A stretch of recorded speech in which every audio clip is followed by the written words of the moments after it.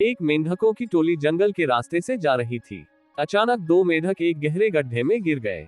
जब दूसरे मेंढकों ने देखा कि गड्ढा बहुत गहरा है तो ऊपर खड़े सभी मेंढक चिल्लाने लगे, तुम दोनों इस गड्ढे से नहीं निकल सकते, गड्ढा बहुत गहरा है, तुम दोनों इसमें से निकलने की उम्मीद छोड़ दो। उन दोनों मेंढकों ने शायद ऊपर खड़े मेंढकों की बात नहीं सुनी और गड्ढे से निकलने के लिए लगातार वो उछलते रहे।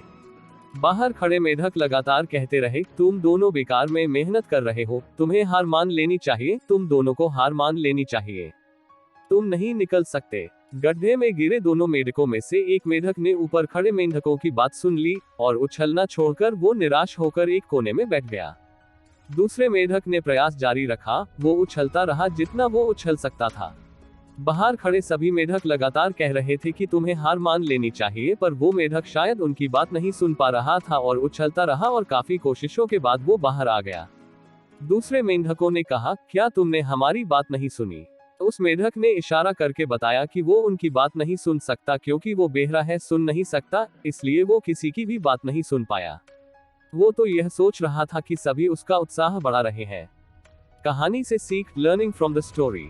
1. जब भी हम बोलते हैं उनका प्रभाव लोगों पर पड़ता है, इसलिए हमेशा सकारात्मक बोले।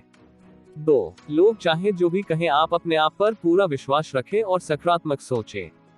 3. कड़ी मेहनत, अपने ऊपर विश्वास और सकारात्मक सोच से ही हमें सफलता मिलती है।